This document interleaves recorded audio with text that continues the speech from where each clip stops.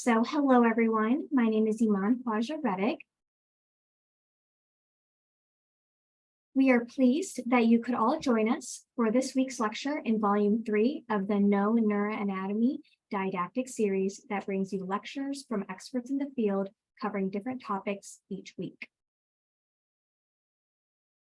This series was created by trainees and early career neuropsychologists, including standing members of the KnowNeuropsychology board, as well as members of the KnowNeuropsychology committee.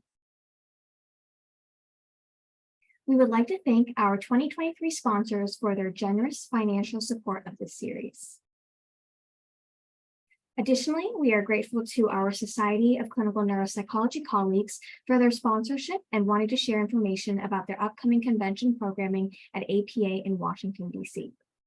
This will include 7 invited speakers, 9 symposia, 3 scientific poster sessions, the presidential address, and a member town hall meeting. Registration for APA 2023 is now open and it is happening next week. Before we start our lecture, one of the main goals of KnowNeuropsychology is to provide free, high-quality didactic content to our audience. Every KnowNeuropsychology and KnowNeuroanatomy lecture is available on our YouTube channel. Be sure to check it out, subscribe, and like our lectures to get first access to new content. New to KnowNeuropsychology is our collaboration with APSN to bring you learning and discussion questions that are provided with specific lectures content. Access these on our website and through APSN. Here are the disclaimers for the series. This training is not meant to replace formal education in neuropsychology, and the views of the speakers are their own. Questions can be submitted via the Q&A box on the lower left of your screen, and a recording of today's lecture will be provided on our website and YouTube channel later this week.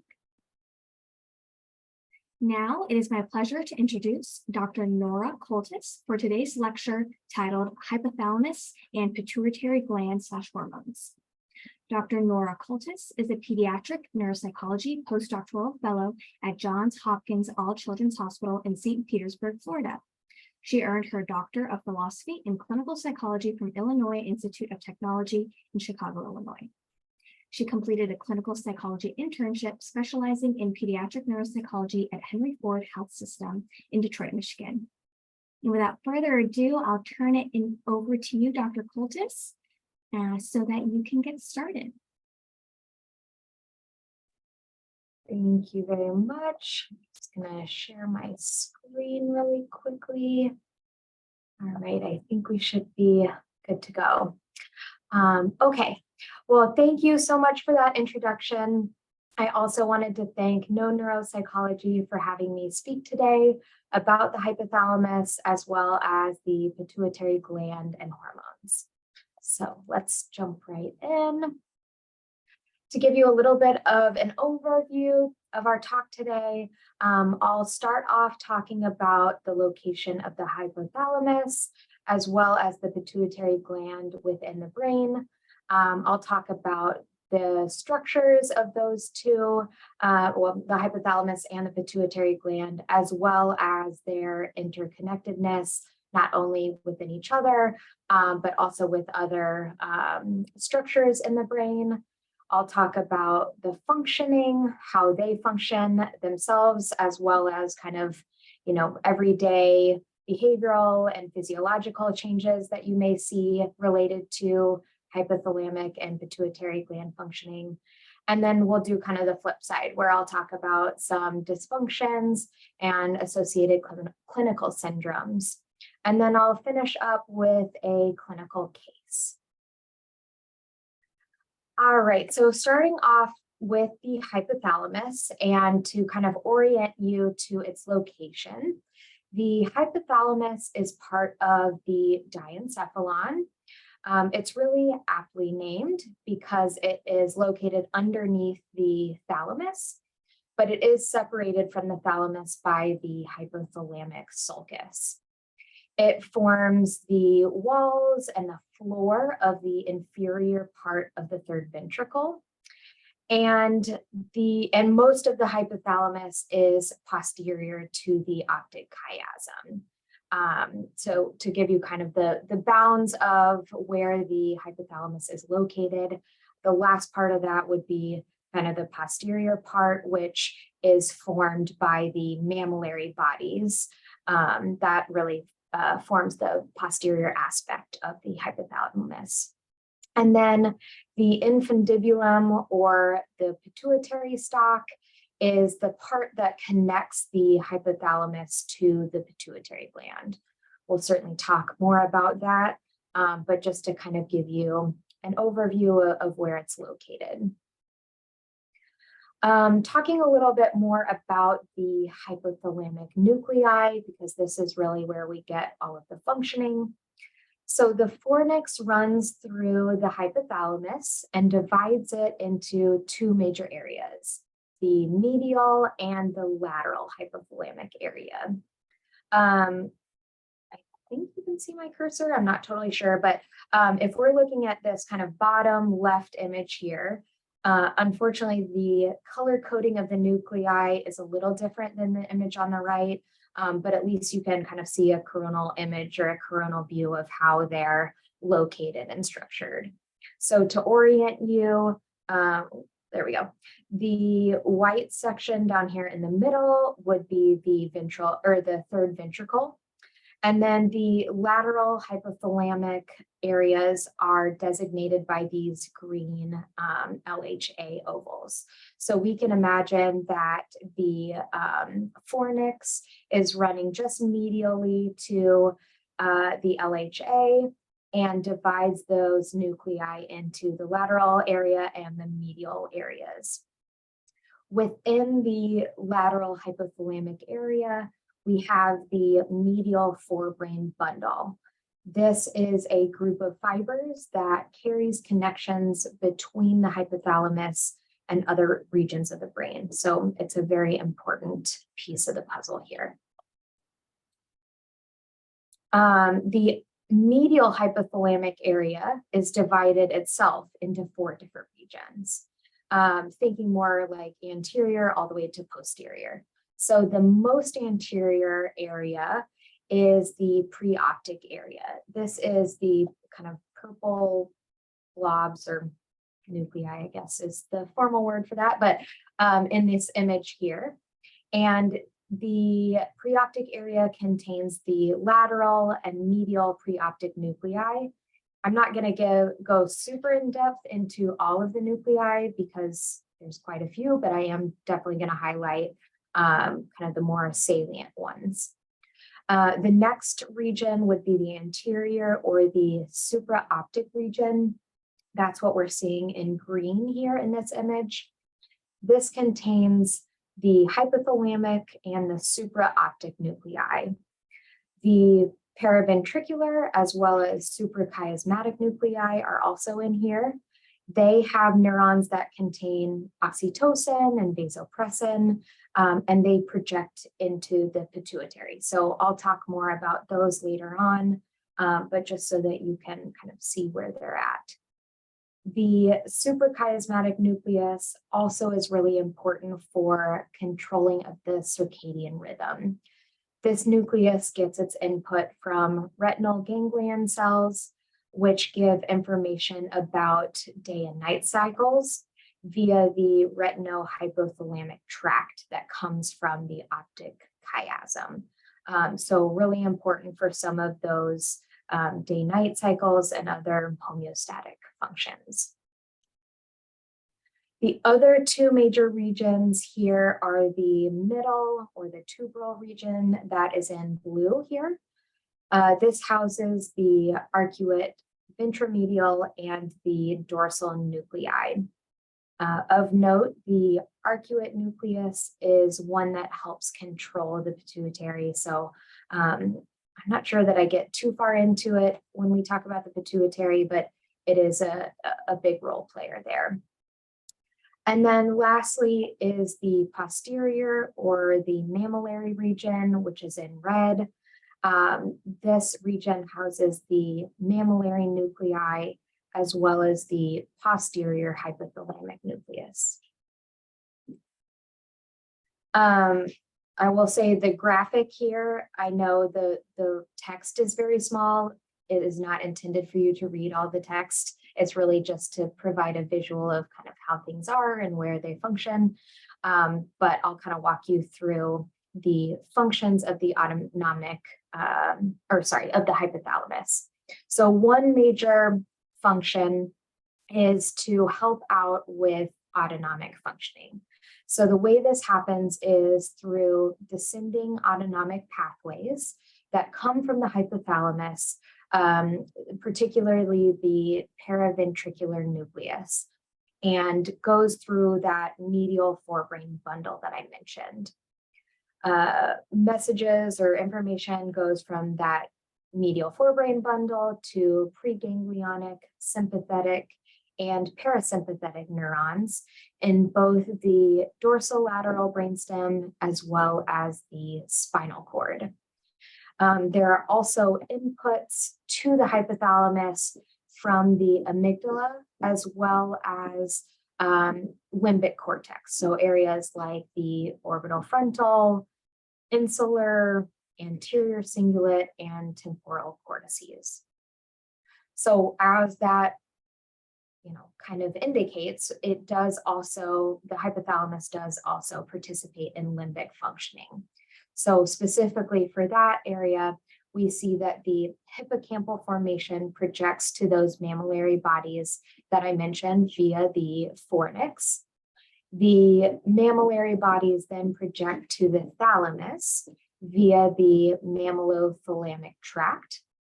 And then that projects to the limbic cortex in the cingulate gyrus. So like I mentioned, the amygdala has reciprocal connections with the hypothalamus. And that's really important because we see that kind of like amygdala hypothalamus connection is involved in a few things. So emotional and motivational activation for things like homeostatic and reproductive purposes. We also see this connection in certain somatic symptoms of anxiety. So things like you might get sweaty palms or a stomach ache when you're feeling stressed or anxious. So those kinds of things are signs of this kind of like amygdala and hypothalamic connection. The hypothalamus is also really important in other areas of functioning. So things like regulating homeostasis, like thirst, hunger, sleep-wake cycles, like I mentioned, sex drive, and even more than that. It also helps control the endocrine system through the pituitary gland, which we'll talk a little bit more about in the next few slides.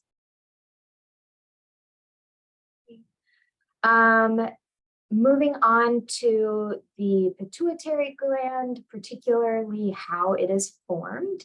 So the anterior pituitary is formed by an area of ectodermal cells in the roof of the pharynx. So you can see here the anterior is that kind of like red bulb. I apologize, I guess this image looks a little blurry here, but you can see how it's coming from, or it's stemming from the roof of the pharynx there. This is comprised of glandular cells that secrete various hormones via control from the hypothalamus. Now, the posterior pituitary is formed on the bottom of the developing ventricular system. So that is in this kind of like white, almost kind of purplish color here. How you can see it's really developing from the floor of the ventricular system. The pituitary or posterior pituitary is comprised of axons as well as neuron terminals from cells that are located in the hypothalamus. And the posterior, again, we'll talk a little bit more about this, but is really important in secreting oxytocin as well as vasopressin hormones. All right, so I gave a little indication of where these things might be located, but the pituitary gland is contained within the pituitary fossa. The pituitary fossa is bounded by the sella turcica. You can see that on this image here. That sella turcica includes the sphenoid bone. And this phrase, sella turcica, just means Turkish saddle. I think it's aptly named given the kind of shape of the fossa there. The pituitary is surrounded by dura. And then we have the pituitary stalk or the infundibulum, which connects the pituitary gland to the hypothalamus. And it's really connected to the main cranial cavity through a hole in the superior part of that dura. On either side of the pituitary fossa, we have the cavernous sinus. You can see that in this kind of left-hand image. The cavernous sinus is in blue, and that sphenoid sinus that I mentioned is also there, kind of that pinkish color too. The pituitary lies just behind and anterior to the optic chiasm. So that is kind of, see if yeah, there we go. So it's right up here. That's the optic chiasm, which is important to note given some of the symptoms and syndromes that can arise by lesions in this area, which I will talk about in a bit. All right, moving on to some pituitary functioning. So as I mentioned before, the pituitary functioning is really highly connected to the hypothalamus. So for the anterior pituitary, we see that the arcuate, the periventricular, paraventricular, and the medial preoptic nuclei of the hypothalamus project into the pituitary stalk, where they then secrete inhibitory and releasing factors. These inhibiting and releasing hormones are then carried by the portal veins to the anterior pituitary. These factors are most commonly peptides, but it also includes some dopamine as well. And then these hormones are picked up and carried to the cavernous sinus by draining veins. For the posterior pituitary, it's really the paraventricular and the supraoptic nuclei of the hypothalamus that project in for this area and secrete those oxytocin and vasopressin hormones. The posterior pituitary then picks up these hormones and puts them in systemic circulation. So that's kind of like how the pituitary is functioning. Now, the main kind of aspect of the pituitary are the various hormones that it cycles. So let's delve more into those. For the anterior pituitary, we've got several. So one being the adrenocorticotropic hormone, or what's listed as ACTH on this image here. This stimulates the adrenal cortex to produce corticosteroids such as cortisol. And it's really important for things like blood pressure, electrolyte balance, glucose mobilization, and things like that. Another important hormone is growth hormone. This promotes, as it sounds, the growth of bones and other tissues by stimulating insulin-like growth factors in the liver, the kidneys, and other organs. Prolactin is another important hormone that signals mammillary glands to produce milk. The thyroid stimulating hormone, or what's shown as TSH here, stimulates the thyroid gland to produce hormones that support cellular metabolism. And then finally, for the anterior side, we have the luteinizing hormone as well as follicle stimulating hormones. These regulate ovarian and testicular hormones that control things like menstrual cycle and ovum development in females, and spermatogenesis in males. On the posterior side, for the posterior pituitary, finally getting more to the oxytocin, this causes contractions in breast muscles for milk letdown during nursing, as well as contractions in the uterus to help with labor. Vasopressin helps with kidneys and urination. It manages water and consolidation of water and things like that for urine output. There are also multiple feedback loops within the endocrine system to manage the release of these hormones. As you can imagine, it's a pretty complex system to manage how and when these hormones are released and circulated throughout the body. Okay, the HPA axis is often well known, I would say. This is the hypothalamic pituitary adrenal axis that involves both the central nervous system as well as the endocrine system. The HPA axis works to maintain homeostasis by adjusting hormones in response to stress. In this model, stress is really conceptualized as the reaction to real or perceived threat to that homeostasis. Of course, because it's homeostasis, we know a lot of the major players. So the primary structures involved are the paraventricular nucleus of the hypothalamus, the anterior pituitary, and the adrenal gland. So hence the name, they're certainly not bearing the lead here on that one, but other structures are certainly also important in this HPA axis as well. So things like noradrenergic neurons in the brainstem, as well as both sympathetic and parasympathetic systems.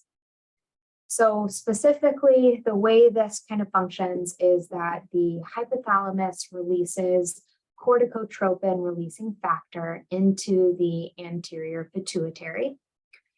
This triggers the release of adrenocorticotropic hormone, or that ACTH that I just mentioned on the previous slide. That gets released into the adrenal cortex, which then creates glucocorticoids, which regulate a lot of the physiological changes that we see.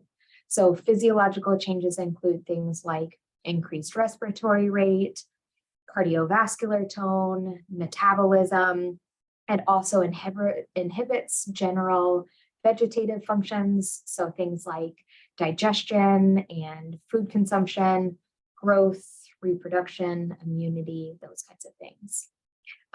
Some other behavioral changes include increased awareness and attention, improved cognition, as well as increased analgesia.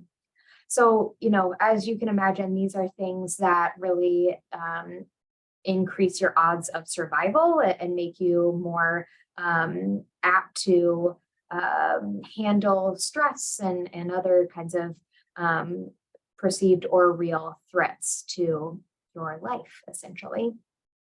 There are some pathogenic effects, or can be some pathogenic effects to this HPA axis. So if there is faulty or prolonged HPA response, we do see that is associated with various rheumatic diseases, autoimmune diseases, internalizing disorders like anxiety and depression, as well as disruptions to cognitive functioning like memory and recall. Let's move into some dysfunction. Many studies, or I would say probably most studies, looking at the functional impairments associated with hypothalamic dysfunction come through lesion and stimulation studies in animals. So like I mentioned before, the hypothalamus is an essential regulator of homeostasis. So thirst, hunger, sleep-wake cycles, sex drive, those kinds of things. And so we really see that lesions within the hypothalamus impact those kind of homeostatic functions. So specifically, within the anterior hypothalamus, the ventrolateral preoptic area contains GABAergic neurons that help regulate non-REM sleep by inhibiting arousal systems. So if we have a lesion in this area, it often contributes to insomnia, excuse me. The anterior hypothalamus is also involved in thirst, and lesions here can produce or can reduce that kind of like thirst urge for thirst. Kind of in contrast to the anterior hypothalamus, lesions in the posterior hypothalamus are associated with hypersomnia because this area contains histaminergic neurons as well as orexin neurons. And those things play a big role in wakefulness and arousal. Okay. Regulation of body temperature also occurs within the hypothalamus. So those anterior regions activate heat dissipation when it detects increased body temperature. So lesions here can cause hypothermia. And then on the flip side, the posterior regions are involved in conserving heat. So lesions within the posterior hypothalamic area can cause difficulties regulating body temperature. The lateral hypothalamus helps control appetite. So lesions within this area lead to reduced body weight. And then again, this is kind of contrasting with the medial hypothalamus, where we can see lesions that are associated with obesity because the ventromedial nucleus is important in inhibiting appetite. Hormones also play an important role and can be impacted within the hypothalamus. So the first one, or one of them, is leptin. This is important in reducing appetite and obesity because it plays a big role in appetite regulation with food intake. So it is plays a big role in kind of triggering your brain to tell you that you're satiated and you don't need more food.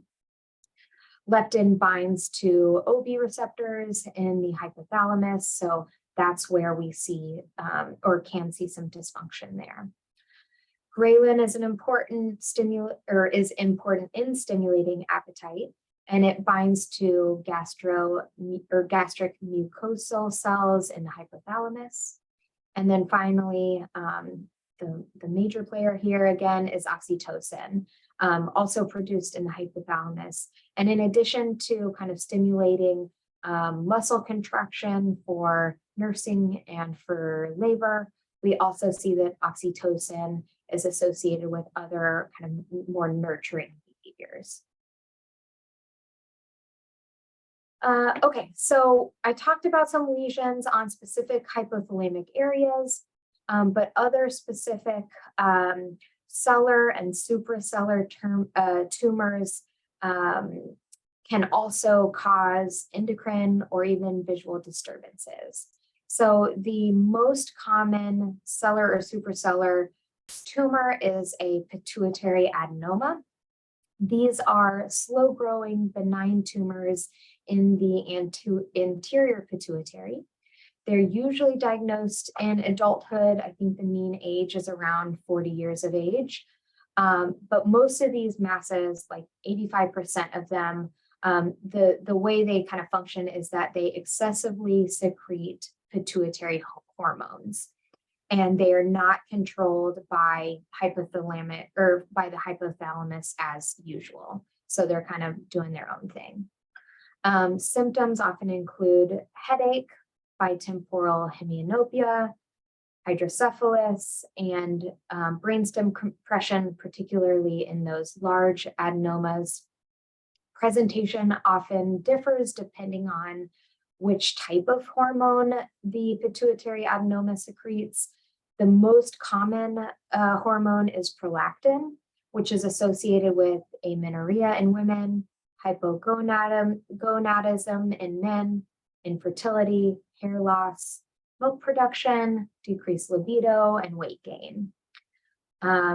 Another cellular supercellular tumor is craniopharyngioma. This is a more rare, benign CNS tumor with a high rate of recurrence, so about 50% of them recur. It can be identified at any age, but it is often considered a pediatric disease because we often see these more commonly in children. So I wanted to make sure and talked about that since I'm a peds person. Symptoms of craniopharyngioma include headache, nausea and vomiting, visual disturbances like that bitemporal hemianopia, endocrine disturbances like hormonal deficiencies, amenorrhea, gonadotroph deficiencies, libido loss, and erectile dysfunction for those older adolescents or adults, as well as weight gain, obesity, fatigue, those kinds of things. Tumors in the pituitary area can compress that optic chiasm because it is so close. So that's why we see that bitemporal hemianopia somewhat regularly. That's what is kind of depicted here on the images on the right side. The optic chiasm, just as a reminder, is where those two pathways cross, the blue and the red cross there. And then at the bottom is what your visual field would look like if you had bitemporal hemianopia. And then other areas, I tried to kind of select some other syndromes that are a little bit more broad, but another benign tumor that we see in this area is, or at least associated with hypothalamic dysfunction, are hypothalamic hamartomas. These are benign tumors that cause seizures that are pretty interesting. They tend to look like laughing episodes. But these hamartomas interrupt the hypothalamic limbic system. They are associated with emotional dysregulation, so things like irritability and aggression, cognitive impairment, as well as endocrinological problems like precocious puberty. This MRI image is not a patient that I saw. This is just Google Images here, but it just shows you an example of what a hypothalamic hamartoma might look like. Prader-Willi syndrome is another clinical syndrome that is affected. It's a rare genetic disorder that involves chromosome 15. One of the symptoms, a major symptom of Prader-Willi, is a constant sense of hunger, so some hyperphagia. It's also often associated with obesity due to that kind of overactivation of the limbic reward system, as well as underactivation of some of those more cortical inhibitory regions. Other symptoms of Prader-Willi include underdeveloped sex organs, so some of that hypogonadism, poor muscle tone, facial dysmorphology, cognitive impairment, those kinds of things. But, a lot of the symptoms of Prader-Willi indicate deficiencies in growth hormone. And often one of the treatments for individuals with Prader-Willi are like growth hormone treatments, as well as like dietary recommendations and things like that. Growth hormone deficiency is another clinical presentation. It's really what it sounds like. There's an underproduction of growth hormone, which promotes bone and tissue growth. So this can result in short stature, low muscle mass, high body fat, those kinds of things. We see this in commonly in other genetic syndromes. So an example would be Sturge-Weber syndrome. Hypothyroidism, this is really caused primarily by thyroid disorders. However, when there are lesions of the hypothalamus or the pituitary present, it is common for thyroid stimulating hormone production to be impacted. Hypothyroidism is associated with things like lethargy, cold intolerance, weight gain, hair loss, depression, dry skin. So a lot of the things that we see overlapping with some of our more prominent, hypothalamic and pituitary functions. Other neurological symptoms for hypothyroidism include dementia, ataxia, neuropathy, and carpal tunnel syndrome. So as you can see, there is quite a bit of overlap in these symptoms, and oftentimes the symptoms are related to homeostatic and endocrine functioning. Okay, so I'd like to finish off with a case example. I'm going to present a case of a 15-year-old left-handed Hispanic male. He was bilingual in both English and Spanish, but English was identified as his preferred language. He began learning English back in the 2nd grade. He'd had previous ESOL services, so he and his family really felt like English was his primary language at this point. There were no concerns for pregnancy, birth, or development. At the time of his evaluation, he was in 9th grade. He had no history of like academic accommodations like an IEP or a 504 plan, and he was typically like an A/B student, so there were no learning concerns previously. There's no history of social, emotional, or behavioral challenges, including no concern for things like attention, hyperactivity, impulsivity, executive functioning deficits, those kinds of things. So overall, no red flags for kind of potential concerns prior to symptom onset. He presented with a history of short stature as well as obesity. He was prescribed glasses for vision. I'm just trying to hit on some kind of salient pieces here. But then the main thing for this patient was that he had an onset of headaches around age 13, but then he experienced kind of a major exacerbation in these headaches, as well as co-occurring nausea and vomiting that began about 3 to 6 months before he presented to the ED. So he presented to the ED where a brain MRI found a lesion in the suprasellar region. So this is really kind of the top of the pituitary, the bottom of the hypothalamus, that kind of area. He underwent subtotal resection, and pathology was consistent with a craniopharyngioma.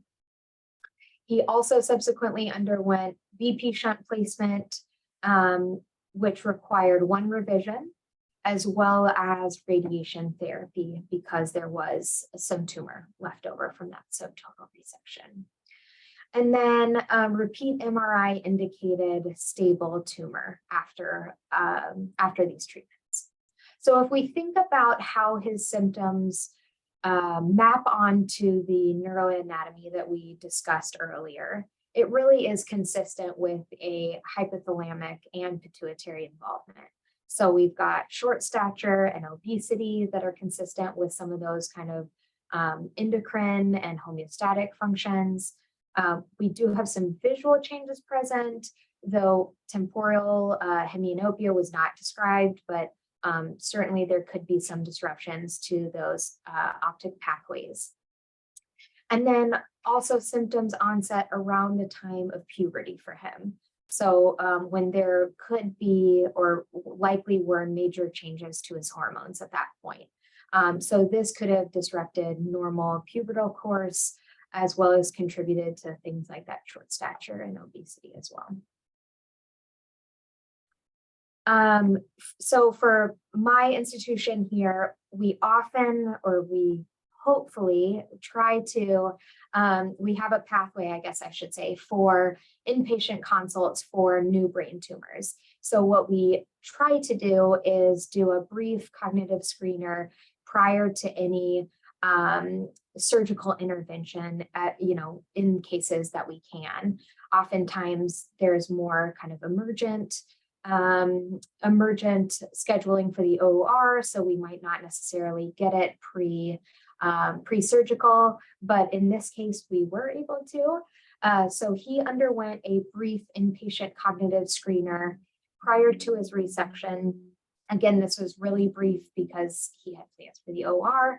So he completed a 2-subtest WASI. This includes vocab and matrix reasoning, as well as some memory from the R-band. So list learning and memory learning for that kind of like immediate recall. The results of this kind of brief screener showed that his core intellectual abilities were solidly average. He did demonstrate a relative strength in nonverbal reasoning compared to verbal reasoning, but overall age appropriate. And then similarly, that verbal reasoning was also within broad age expectations. We were able to bring him back for a comprehensive outpatient neuropsych evaluation that occurred 3 months following that resection. So I'm trying to target kind of after the really acute phase here. And as you can see, this battery really tried to target a variety of different domains, particularly those that we might expect to be impacted by craniopharyngioma or even some of the treatment that he received. This evaluation, I guess I should say, both the evaluations were conducted in English in accordance with the patient's preferred language. I will say the clinical interview was conducted with the patient as well as his mother, and this was conducted in Spanish via a Spanish language interpreter because mom's primary language is Spanish. Results of this comprehensive neuropsych evaluation found that that he still had an average IQ, which is great.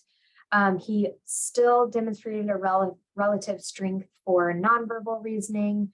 And this time around, since we were able to do more testing, we saw that he had a relative weakness in visual spatial skills and processing speed.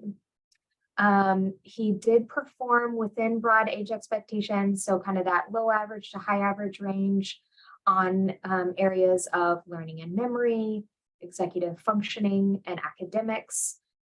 We assessed word reading, reading comprehension, math calculation, and math fluency for those academics, and all of those were age appropriate.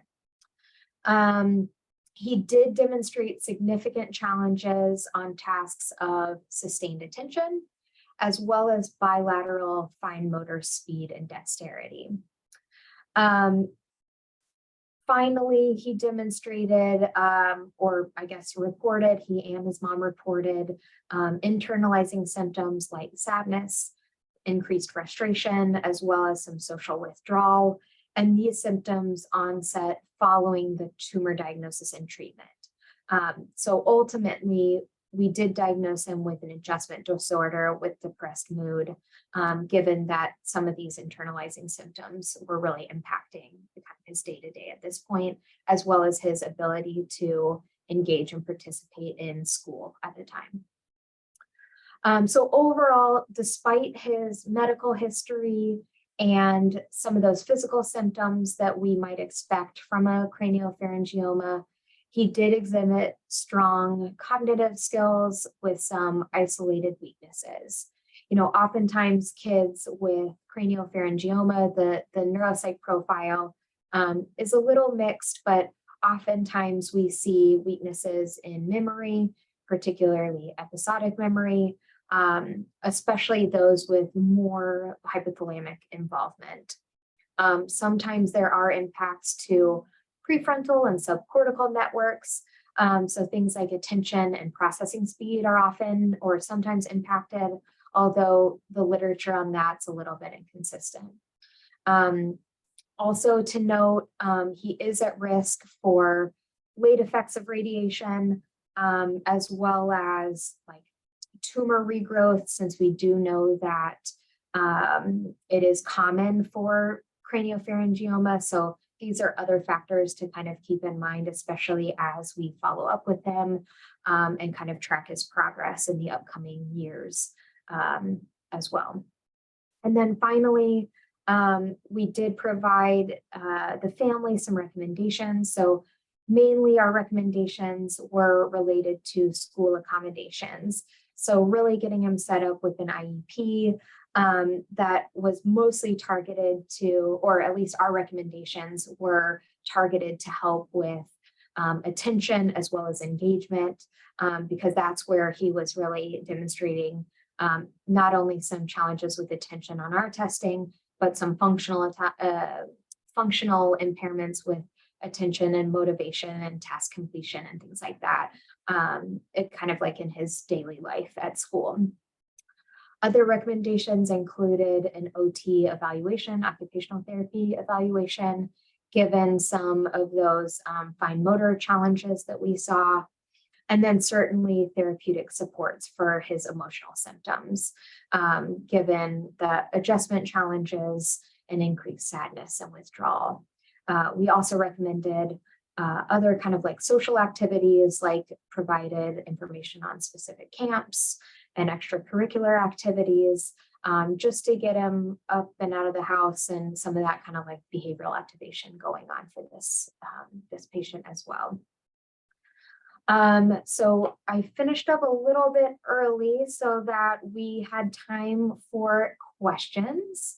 So I'm open if there are any questions that anybody has. Yes, thank you so much, Dr. Coltis. That was a lovely lecture. I think you did a phenomenal job of talking about the neuroanatomy. This area is so complex, but you did a very nice job of talking about the different pathways. And I think that's something so important for us to all remember. The example you gave of the hypothalamic pathway attaching, connecting to the amygdala, just a basic example of that mind-body connection that we talk about all the time. I think those are just those nice pearls to have in our back pocket, one, to know about, and then to have in our back pocket. So when we're providing psychoeducation, we can really connect the dots for families. So that was really, really great. And such a nice case example too, that really provides a nice profile for us from a neuropsych perspective, and has this nice culture component that you all were able to address and provide support for. So that was great. We do have some questions here.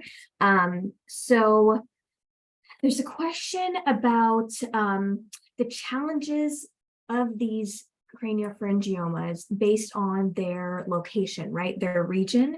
And just historically, that's been tough in terms of resection. So do you know, or can you comment on any recent advances in surgery and resections, like the transsphenoidal surgery, that are less invasive? I know for your patient, you said that it was like a subtotal resection. There's still a little bit there. Anything there that you can comment on or have any thoughts about? I don't know. I don't think I know the answer to that question. You're right. As far as I know, kind of the main method to reach these tumors is through that sphenoid bone and that kind of like sphenoid cavity. But I'm not sure if there are any improvements or enhancements in that area. I don't know the answer to that. I'm sorry. That's something that I'll definitely have to look into. Yeah, no worries. It sounds like this is emerging stuff anyways. So that's something that we can all keep an eye on and look into. Another question is just, we as in you and I, but from a pediatric perspective, you've had the opportunity to see this patient over multiple times, which is phenomenal. But any thoughts or considerations that you have for this patient transitioning from childhood to adulthood? Yeah, that's a great question. And, to keep in mind too, that this kid does have some things potentially in his future, right? That part of the tumor is still there. There are potential kind of longer term effects of radiation treatment, as well as, other regrowth that's possible and things like that. So, for him, so far the tumor, or at least when we saw him last, the tumor was stable, which is wonderful. But I think definitely talking with the family about transition services, not only, medically, he'll stay within our system for another, 6-7 years or whatever, but certainly getting him set up with adult providers is important, but also accommodations for school if he's interested in going into higher education, like college or community college.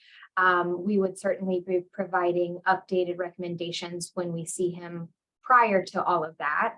But things like vocational rehab is often helpful for a lot of these kids, especially to get them kind of connected with services as well as careers and resources that might be really helpful. But for him, oftentimes it's kind of compensatory strategies at this point because, he's still, as you can see, he's got really solid cognitive skills. So it's more about what's kind of impacting the day-to-day. We think that, a lot of those crystallized skills like, reading and vocabulary and stuff like that are probably going to be intact. So at this point, it's more like, how do we accommodate for challenges with attention? How do we manage emotional challenges and how those things play a role in his day-to-day functioning? So thinking about how to get him, plugged into services, especially as he transitions out of pediatric care to adult care. If he's going off to college, how can we get him in with counseling service wherever he might be, and those kinds of things, as well as academic accommodations and supports for extra time and breaks and those kinds of things to really kind of compensate for any areas that might be challenging.